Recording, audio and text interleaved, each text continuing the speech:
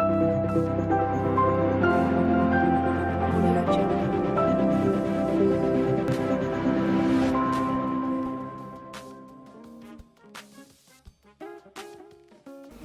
guys, welcome to a new episode of Temple to Apeh. I'm your host, Miss Fidelis.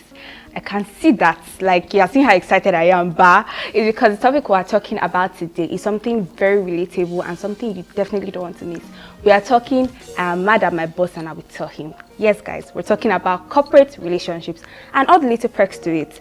How to relate with your colleagues, to relate with your boss, and how to deal with both genuine love interest and sexual predators in the workplace. See, I've said too much already. Well, with me, I have actor Apeh and barrister Choli to talk about this. Welcome, Saz. Thank you. Welcome to my set. Okay, myself that's good. It's good. Good energy. So, actor Apeh, let me start with you because I know you've talked about eye service a lot. I've heard you talk about it countless times and how it's good, it's always positive to show yourself, put yourself out there. But in a work environment, what do I do when that eye service is working against me? Or when a colleague is just trying to paint me bad with their eye service? Yeah, I mean, eye service is going to happen nonetheless. To create a backdrop to the conversation of eye service, so people don't just misunderstand the concept. For people that haven't heard it before. Oh yes, so the whole idea behind the eye service is that we need to be visible. It's important that you see, there is spiritual blessings, there is earthly blessings. For man to bless you, he must see your good works. Okay, so if you're doing good, I'm saying that your superiors should see the good works that you do. Many times in corporate spaces, we do a lot of good stuff and then nobody sees it. But for a corporate space, it's very key that your superiors and your colleagues see the things that you're doing right and you're doing good. People do good things and their colleagues take the credit. Yeah. Not because the colleagues are better, but the colleagues are better at eye service.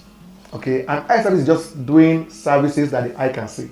Literally. Literally, right? So that's eye service. So visibility is as important as quality. So visibility doesn't come before quality. You need to have qualitative service and then have visible qualitative service. So if, for example, from your question, your colleagues are downplaying on your role in the office, or you feel this rage, this attack from your colleagues because they are better at eye service, it could be one of many reasons. Number one, it's possible that they are better at being visible than you are. It doesn't mean they are doing something better. It just means that they are probably more visible, they are more audible, all right? And it's important to be audible. The first tablet that we all became fond of wasn't the first tablet that was invented.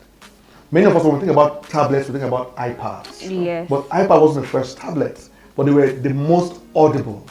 And that's why many times, at some point, we're calling all tablets iPads. Sure. Okay? And that isn't true. So it's important to be visible, even if you have good service. So many people have colleagues who are better at eye service. You need to find a way, not to struggle in that fight, but find your corner and find very strong expression within your own corner. Don't fight the space with them. Find your corner. And number two, eye service can be dangerous also. For some bosses, if you put yourself out there too strongly, for me, for example, if you put yourself out there too strongly, I won't trust you. So you won't create that balance. If you put yourself too strongly in trying to beat down on your colleagues, you might send the wrong message to the superior that you're trying to even get his attention. So that balance is very, very key. And number three, good things are good. If you keep doing good, at some point it will speak. So don't think that being subtle, being crafty is the way to go, in spite of what your colleagues are doing. Stay right where you are doing good things. And then if you stay there long enough, good things in itself will speak for you. Barrister Ocholi, let me ask you a two-way question. So, just like I said in my intro, I'm mad at my boss and I would tell him, how do you approach a superior, either a supervisor, a boss that has offended you in some way and you want to tell him? And how would you react as that boss that they are coming to tell, you pissed me off, or this is that. Is this sack letter immediately so that we'll know how to arrange ourselves? Okay, for both, you need to go into the orientation of both parties, both the staff now or the person who is angry. When discretion is applied, you realize that handling superior is a very special kind of arrangement. Very special. So nobody's taking away from the emotion. Nobody's taking away from how you feel. But you have a lot at stake. Because what you are looking at now is what is at stake. Even if you could walk away from that company, and perhaps you even have connection to do other things, a lot is still at stake. In fact, if you are going to lose nothing in quote, you are losing a training, a capacity development training to be able to handle, crisis with that kind of grace. Yeah. Because crisis or that kind of circumstance is not limited to your boss. You may even find it, which makes your other question so important. You may even find such situations coming up when you are the boss.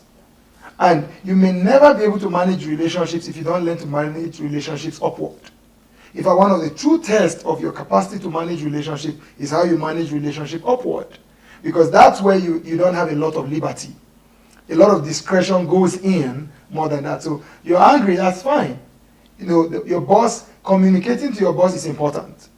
But how you communicate to your boss, in fact, let me use that slang, is important. All right? So, and that's why when I teach communication not just as passing information, but the tone and the timing is as important. Yeah. So what I would say to that gentleman or lady is, two things have to go in. What's the message? Because sometimes when you brood over it, you realize that I don't even need to tell this to my boss. Because the purpose of communication is to get something fixed. If you're not going to get anything fixed, and you can fix the issue other than by talking to him, then you may not even need to talk to him. If it becomes important to draw his attention to it, and now, one of the things you must look at in that process is he's trying to run a business. He has ego, whether male or female. He wants to see the ultimate good of this, not just to you, but to him. So if it's going to bring some good, or the element of something that would also be good for him, or you look at all those factors. But in doing that, you also need to look at the time. Yeah. Sometimes some bosses are difficult because the company is going through a rough patch, not because they are wicked. So you look at the timing. Do you want to get a cheap sack or you want to communicate something? Yeah. Then, of course, if the timing is right, you look at your tone. And I tell people this, don't speak until you are ready to protect your message and not compromise it. That means if you are not in that place, you will not have the right tone. Now, going back to the other side, again, different personalities. I've had a situation where a staff was supposed to be off for just 1 week and it turned out to be about a month. And I wasn't getting update until I called. Like, what's going on? A very key member of my team. What's going on? When I viewed the situation and the circumstances surrounding it, one of the persons that I used to calm myself was my wife. I'm sure she was shocked when I picked my phone and made the call I made. Yeah. I discussed with her. She was saying nothing. I was just using her to balance my reaction because I wanted to be human. The circumstance surrounding it, if I went very harsh, I will not just give her consequences on the job, I could cost her more. I mean, it was something family, emotional, So I had to calm down with the graces. In fact, what I did was funny. Some other bosses may think I'm mad. We're approaching the Christmas season. The last thing that happened after all the other unjustified delay was missing a flight and rescheduling the flight. I'm like, okay, it's going to cost you very little to move this flight really far. If you intend to go back home for Christmas, we're winding down already in the office. I think you should push it to after the holiday. My wife looked at me like, what just went on? But I added it, and I told her, what you are going through makes me so cautious of what I say, but I'm still going to flog you for what you did. Because beyond me, this is a wrong culture. Another boss is going to go all out. So as bosses, we choose to be who we are. And I keep advising, just to cap this off for me, you are going to leave an impression. People are going to leave you, but it matters how they leave you. We want to leave a legacy. We don't want to just because you are powerful does not mean you should exercise your power arbitrarily.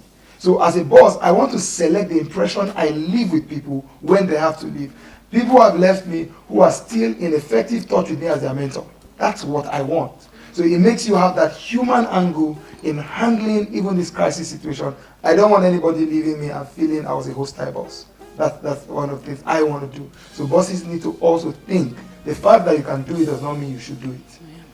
So how do I deal with either an emotionally abusive or verbally abusive either boss or colleague? Because I mean, it's very common, especially in our country. Like almost all of us are angry naturally. So how do you deal with these kind of things? Emotional abuse, verbal abuse in a workspace? First things first, gauge your threshold. You know, a lot of times what people do is that they elevate the job above their emotional well-being. So gauge your threshold. What's your threshold? Have you ever been the place, I believe you have, everybody has. Have you ever been the place where somebody is messing up big time but that doesn't affect you? Yeah. I mean, you go back and you're all fine. You know that the problem is the person's, not yours. That means it's below your threshold. You can take it. I mean, and do your job. Because a lot of times, you know, people want you to just jump in to leave the job. Yes. But there's bill to pay. Exactly. You know? So, you know, we can't create that lily-livered kind of emotion that people just keep walking. This world is bad. People are bad. So you need to raise your threshold. For instance, you know, I've heard my guy here talk about, you know, things he has faced in life and chose to see himself in certain ways. I faced those kind of things where, you know, people try to create impressions in you. No. Once you can lift up your threshold, you can take certain things. But beyond the issue of your threshold, there are certain things that are a no-no. Yeah. At that point, you are no longer dealing with the diplomacy of boss and employee or subordinate relationship. No. For instance, I keep telling people, the day a man's hand begins to reach for your body in a certain way, at that moment it's not a boss, it's a man. Yeah. Aha. The answer is slightly different. This is not threshold matter. It is a matter of, it's like somebody took you to the stream and wanted to drown you. Would you say, but you're my boss? No. You will fight for life. There are certain things that are attack on life. Straight. You know, at that point, what should you do? I believe people need to seek counsel in certain situations. Because at that moment, you are the one under attack. Your actions may actually put you in the spotlight when you shouldn't have been the one in the spotlight in the first place. So you need to go to someone who is mature enough to help you navigate, even if you have to leave. But please cry early, especially when you are the borders of your threshold or is above your threshold. Because the mistake a lot of people make is they begin to swallow and cup in things they should never have accommodated. All right, so first one, don't be permissive in just treating everything as a big problem you can leave. Second one, once it gets to the point you know, this is the point, run to the right kind of person, mature person, sensible person, the motive of counsel, the safety, and you can deal with such situations. I'm happy you said that because like instinct is, leave the job now. But what if it's a really good job? And like you said, there are bills to pay. You can't, okay, you leave the job. What if your next office, you jam and down like that? Yeah. Like, what are we going to do? I'm really happy you hit that part really well. And he's where he was talking about how to approach your boss, but I'm not angry with you. He's my boss. before after the show, he will not see me again. I'm not angry with you. So let me ask you, how do you deal with an uncooperative colleague, not staff? Because it's very easy to deal with someone that is not cooperative as a staff.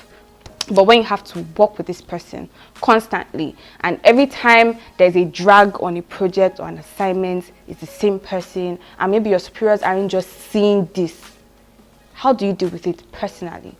Yeah, I think that once you're on a job, you have a job description. Your first obligation is to the firm, and then to your employer, whoever that is, whatever that is.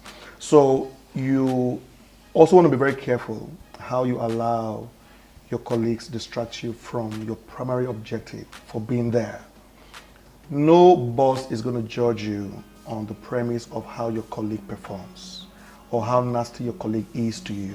It's not an emotional front, it's a workspace. So you can have nasty colleagues, and no matter how good you are, no matter how nice you try to be with them, if a person is nasty, like he said, it's a terrible world, okay? If a person is nasty, a person is nasty. There's not much you can do about it. What I would recommend is always focus on your primary objective, which is to deliver on your job description. If the colleague is uncooperative, you want to confront that colleague in the nicest way possible and have a conversation with them in the aspects of their behavior that affects your work.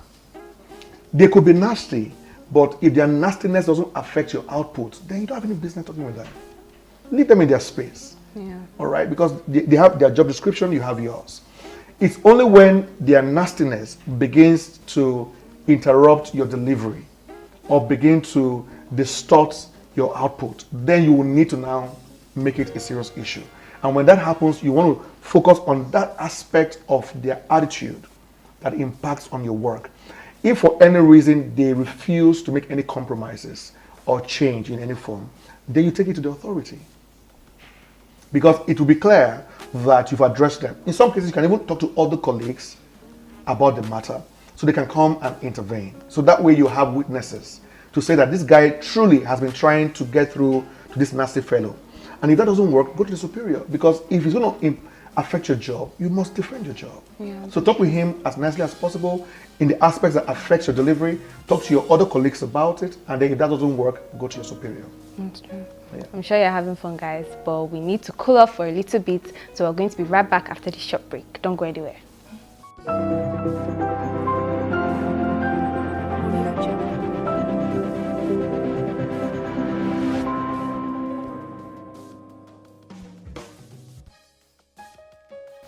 Welcome back, guys. Thank you for sticking with us. If you're watching this, don't forget to like, subscribe, comment, and turn on your post notifications so that you catch us the next time we upload another episode.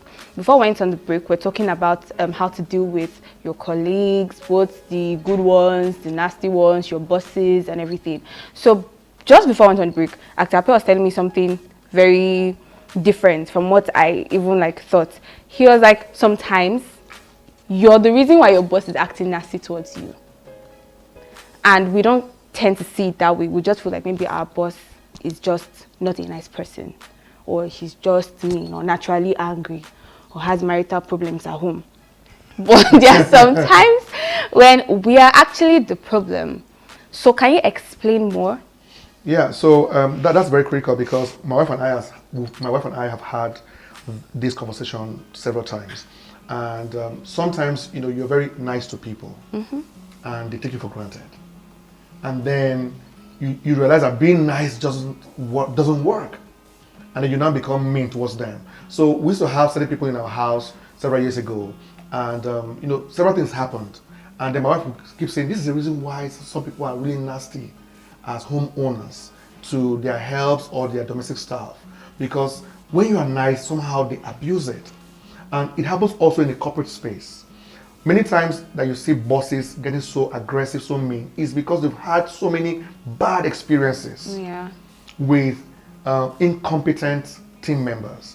And many times it happens because they are trying to be the good guy, the good boss. And then these guys come in and go out, and they always cripple his efforts.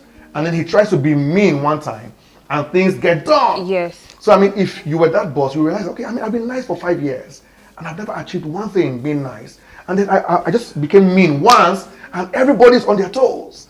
So it looks like being mean works. And then suddenly he flips and becomes very mean. So sometimes the guys on the team are the reason for the nastiness that comes from their bosses. And it may not even be them.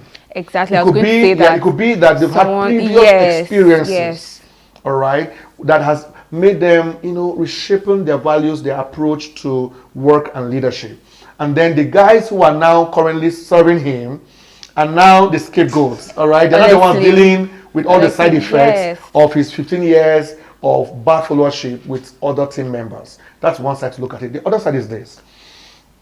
I've heard, several motivational speakers or inspirational speakers make reference to people like Oprah Winfrey, how she used to be on television and her boss fired her because he said she wasn't a good TV host, and then she turns out to be one of the best globally.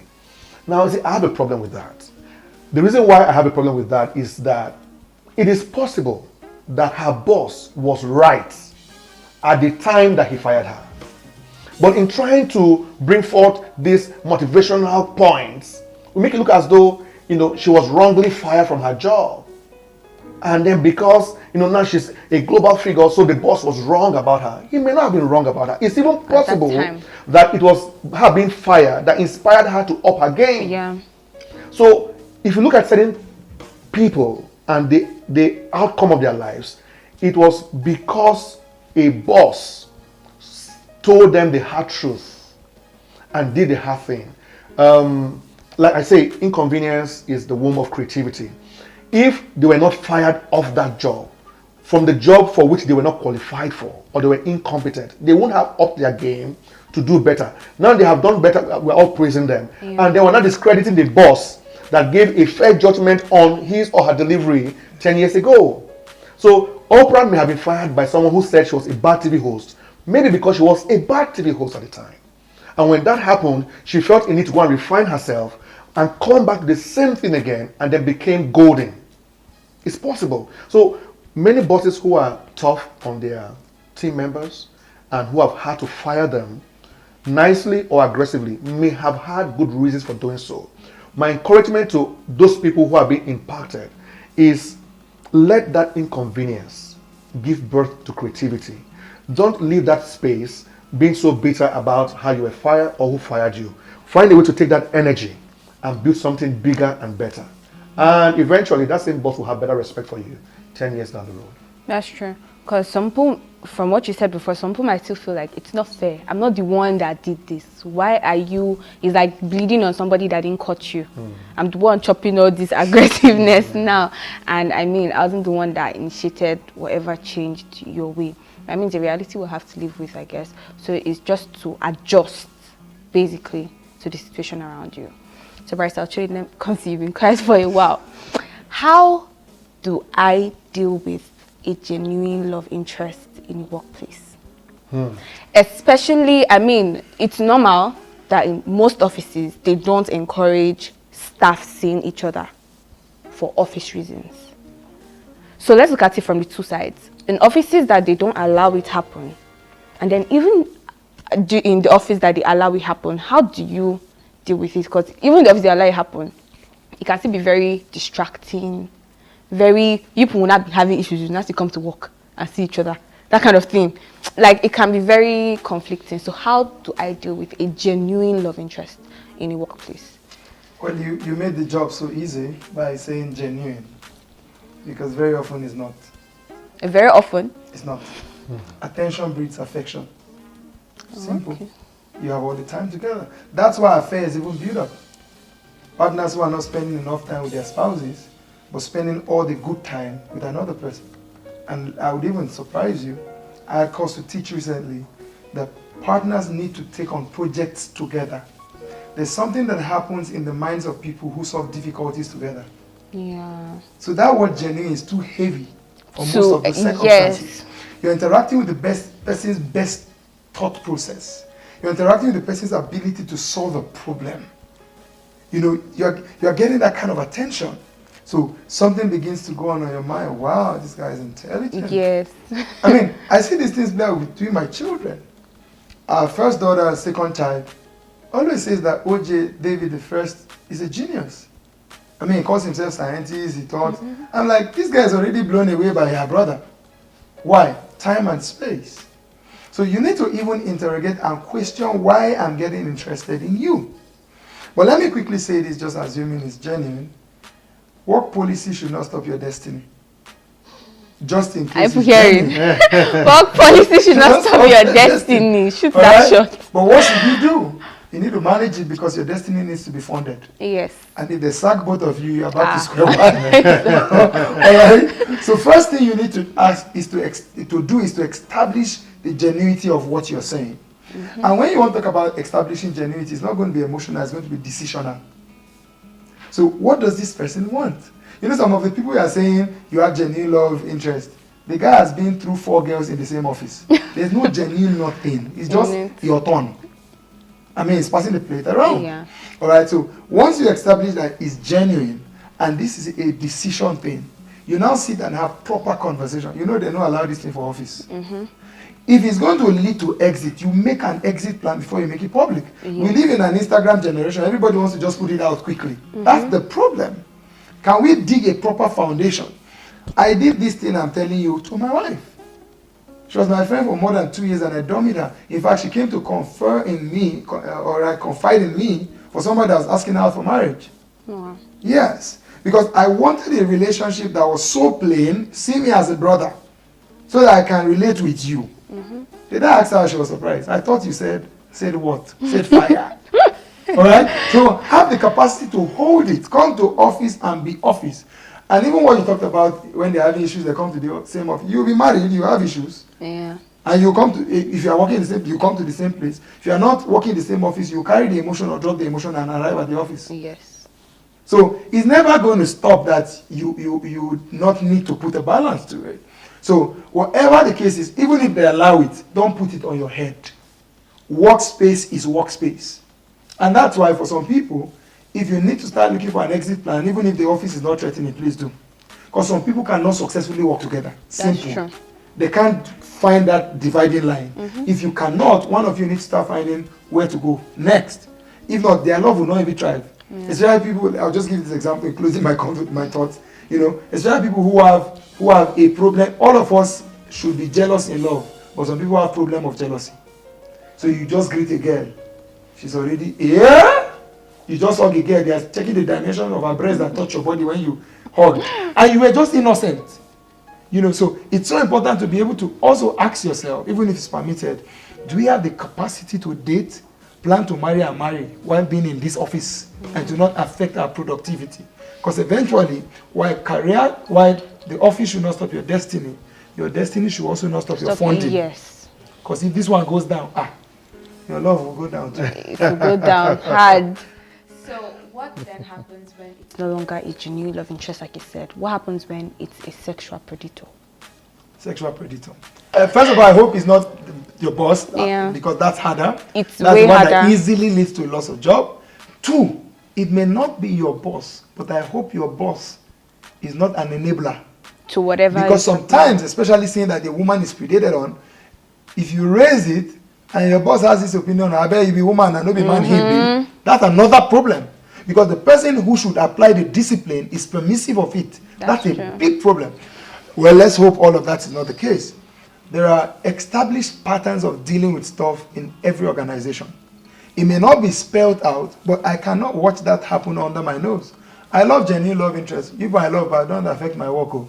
If I one of these I'll do to people like that, I'll not put you on the same project. Yes. Simple and short, because you just mess up. You're going to be loving each other when you're supposed to do assignments. But if in that situation you tell me you're predating, I will call the man and warn him, you love your job? You love your job? In fact, that's when I'll put 2 of you on the same assignment. Because I want you to develop capacity to see what you want that does not want you. It's not everybody who I wanted in life that wanted us back. Yeah. All right? So, but if it's the one that doesn't have sense, you sack him. That's the honest truth. So, what is the option for the person that, is subject or the victim? Number 1, like I talked about threshold earlier, is this something you can handle without ruffling anybody's feather? I mean, and a lot of ladies say, I'm sorry, they don't have sense. I feel attacked. You have not blocked him on WhatsApp, you are complaining. You have not blocked him on social media. You're complaining. What is your problem? Or the color of your problem? You need to pass the message strongly. Yeah. You need to learn to say no without feeling guilty. Like no is no. But some no is colored with yes. No, no. Alright? So he's not a sexual predator if you are still accommodating him. Yeah. He's a man with interest that you are still considering. That's So true. it's your conduct that defines whether it's a predator. So if you had said firm no, blocked all the channels still at you, seek counsel. Because sometimes you may be over-exaggerating it. Yeah. Because somebody can send a message and say, I actually still love you. And you're taking it like he has killed somebody. He has not killed anybody. He just made an intention known. Yeah. So somebody with clear thought may be able to tell you, see, this guy just likes you. He's going to get over it, blah, blah, blah. You get sense. So that you also don't exaggerate situation. But if a third party who has wisdom looks at the circumstance and agrees with you that this is a situation, they start considering the option. Is there a policy, written or unwritten? Is our boss amenable? Is it somebody who can speak to in confidence and say, look, so and so is happening? Because sometimes nobody needs to be fired. Yeah. Somebody needs to just be shifted. So give him duty to be running around picking guests while you stay in the studio. You have separated them. Yes. So it's an issue that you have to apply the best wisdom considering the facts of the situation. But what if it's the boss? Yeah, so let me tackle that. One of the biggest reasons why there's an increase in rape, in my opinion, is silence. So many people have been raped, sadly so, or there's been some attempt or some kind of workspace harassment by men. And let me say that sexual harassment is not only men to women. Yes. Sometimes it's even women to men, whether it's women colleagues or women bosses to men. So whichever it is. Not to cut you, sir. Yeah. I'll just let you continue, but the reason is men are forceful, women are seductive. Seduction is sexual harassment. Yes. Please. Oh, yes. If I have some kind of unspoken flirting, Yes. it's sexual harassment. There's a way I'm holding my peace. Only you want. You are adjusting your shirt like this 18 times. Drawing my attention to what I don't want to see. So sometimes we have to create that balance, okay? And I think that the reason why many people keep doing the nonsense they do is because the victims are quiet. True. And if the victims become more audible, a man will analyze his drive and hunger before he will make the move. You see, when you go to rob in a house that has no lights, no camera, you don't need Very to simple. plan too much. You can just attempt. Even if you now go and the door is locked, you will just go back. And you try to rob the house, it did not work. But if you're approaching a house that is fully lit and then has got CCTV cameras everywhere, you will put a lot of planning because there are many eyes that are seeing. All right? That's the problem. Many ladies are just dark, black, no lights, no lock. They are too approachable, no burglary. Any man that can just open the door. They say, okay, close the door now, close the door now. Like you said, no now. And what you are doing is not good though. And stop now. You are doing stuff with your mouth when you have two hands to stop it. You understand? And then many of them are too quiet. They've been harassed for 1 year and they've been quiet about it. Yes. And when you're quiet about it, you empower the man. You empower the predator, or whoever, male or female. So many times we need to become more audible so that if the predators are coming your way, they will be afraid of your audible power. Yeah. But if I think that if I try her, she will not say anything. I know the African setup encourages silence. Yes. Girls go and tell their mothers they've been raped. Say, don't tell anybody. Don't tell anybody. So they'll not come and see you as you're no longer a virgin. No, just keep quiet, no problem. We'll just keep praying about it. Some things you don't pray about, you talk about it. Yeah. Ring an alarm. All right? So my key advice to people who are being harassed by their bosses, especially, you said genuine love. When is genuine harassment? Not presumed, assumed harassment. Yeah. Some people just in their mind think their bosses like them. When the boss has no interest in them. He's just being nice to them. Yeah. Have you eaten today? Are you okay? Are you just say, my boss is liking me. He used to send me a message. He used to call me. He's like, and meanwhile, he has been like that with all the other male guys in the office and everybody, even the cleaner. He's that same way with them. So some women are just assuming, some men are just assuming. But if it's truly genuine harassment, my first advice is that be audible about it. What if you lose your job and it's a good job? Still be audible about it. Now you determine who to speak to about it. You see? So when I say be audible, I'm not saying go to Instagram and put his picture out there and say this guy is harassing me. There are people within the same system that you can speak with. There are ways that he can feel the threats that somebody else will find out about what he's doing. Do you understand? And then like what Barrister said, I think that, the victims, I don't say women, the victims, male or female, need to learn to be more firm. The truth is that there's a way that you can be that will be a bad market for predators. True. There's a way you will be. I don't say, stop dressing anyhow. That's too passive. Yeah. But there's a way you will be, which is my own personal principle. So when I have a lot of friends who say, so girl is following me, so girl is calling me, I don't have that problem. Because when you come close to me, there's a way you see my eyes. Only you one will go back. So I make it a bit more difficult for anyone to cross certain lines with me, whether it's emotional or corporate, all right? So you cannot come and tell me, let us go and steal money. Because you will know that this guy is not the kind of guy that you can go and meet for to go and steal money. So some people are too approachable. Even if their principles are sound, they themselves by nature are too approachable. So they become very vulnerable to many problems like this. So people need to learn to take a very firm posture. Don't be approachable. There's a way you will hold yourself that whether it's your colleague or your boss, we know that this girl is fine now. Okay, the way she did. I'm not going to trying to I need to even add some very contemporary. These days, predators don't even get forceful. They use strategy. You know, I told a lady recently, she was too late in resisting the boss. Nothing happened, actually. But the relationship, her saving grace is that he's actually a man of conscience. Of course, what he was trying to do betrays his faith. But he was a man of conscience. And now, what I told her was, this man has evidence that you led him on. She was shocked. I mean, I can't give you this, she's still a virgin, blah, blah, young girl. I say you led him on. I say I know the kind of emojis you easily use in chats.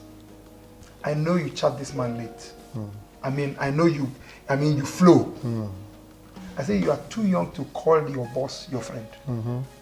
You led him on with everything in the book. He would chat you. I mean, so now you're having problems because he's inviting you. Or call your boss Jerry. You're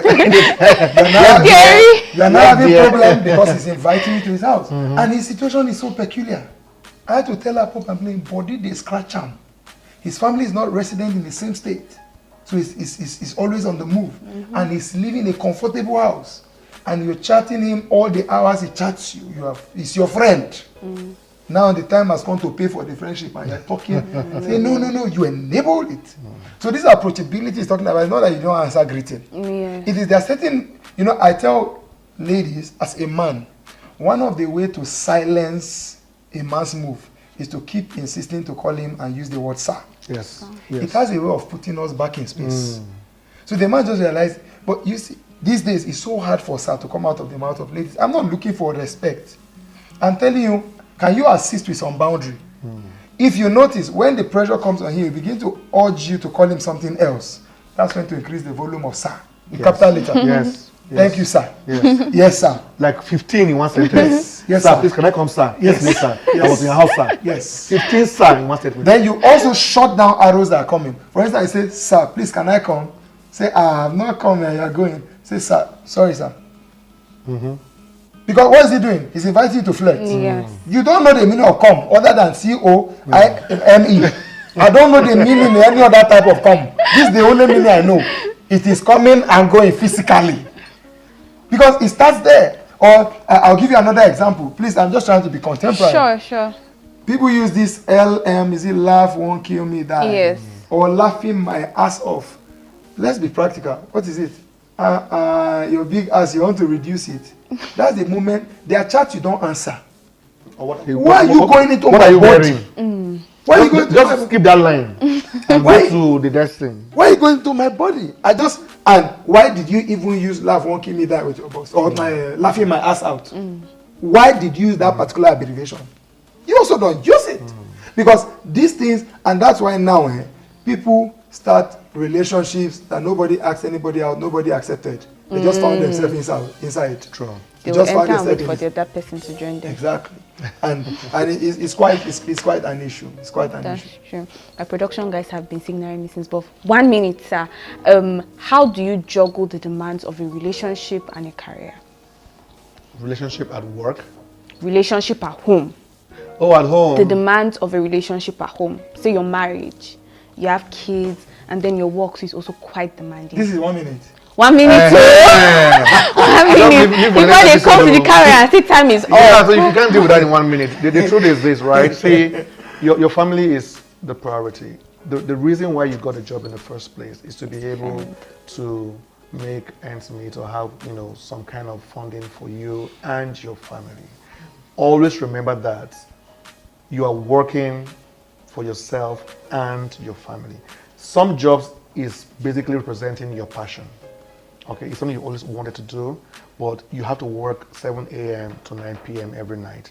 You get home, your husband's asleep, or your wife is asleep, and you've not seen your kids all day, they've gone to bed because they have to be back in school in the next morning. And so it's not something we can really address now, but it's a very critical issue you have just raised. And we are in a society that has become an everyday problem for those, especially in developed cities like Abuja, Lagos, Port Harcourt, where there are many jobs where people have to get to their offices by 7 a.m. or 7:30 a.m. and they are there till 9 p.m., 10 p.m. every single day. The other side to it is that some of these jobs are jobs that these people actually do enjoy. Yes. It's like they are being forced to be at the office till 9. It's a job that they are glad to be there till 9, and they get home, after 40 minutes, so they get home like 10 p.m. every night. And then, they have used all their active hours and active energy at work. When they come home with nothing. So they can't be there for their kids or their wives, even if they were awake. So it's a really serious crisis that needs to be tackled. So I know I can't tackle it in 1 minute. Maybe I'll just add something to what boss said. But the first thing I would say is I agree. Thank God you are the anchor. You need to do episodes on this. A research recently showed that an average couple have only effective communication for 20 minutes a week. So that's a problem. You have children that you should leave legacy for. So it's a major issue where we have to ask ourselves, why am I here? Am I just alive to make money, make career happen, except then what? So I'm going to leave it at that because my boss has said a lot that we can't tackle it in 1 minute. Honestly, I think we'll just leave this for next time. If you know you want this to continue, then leave a comment in the comment section. We're so sorry, but we're out of time and we have to go. Thank you so much, Barrister Ocholi and Actor Apeh, for this very educative session. Don't forget to like, subscribe, comment, and of course turn on your post notifications. Thank you for joining us again. See you next time. Bye.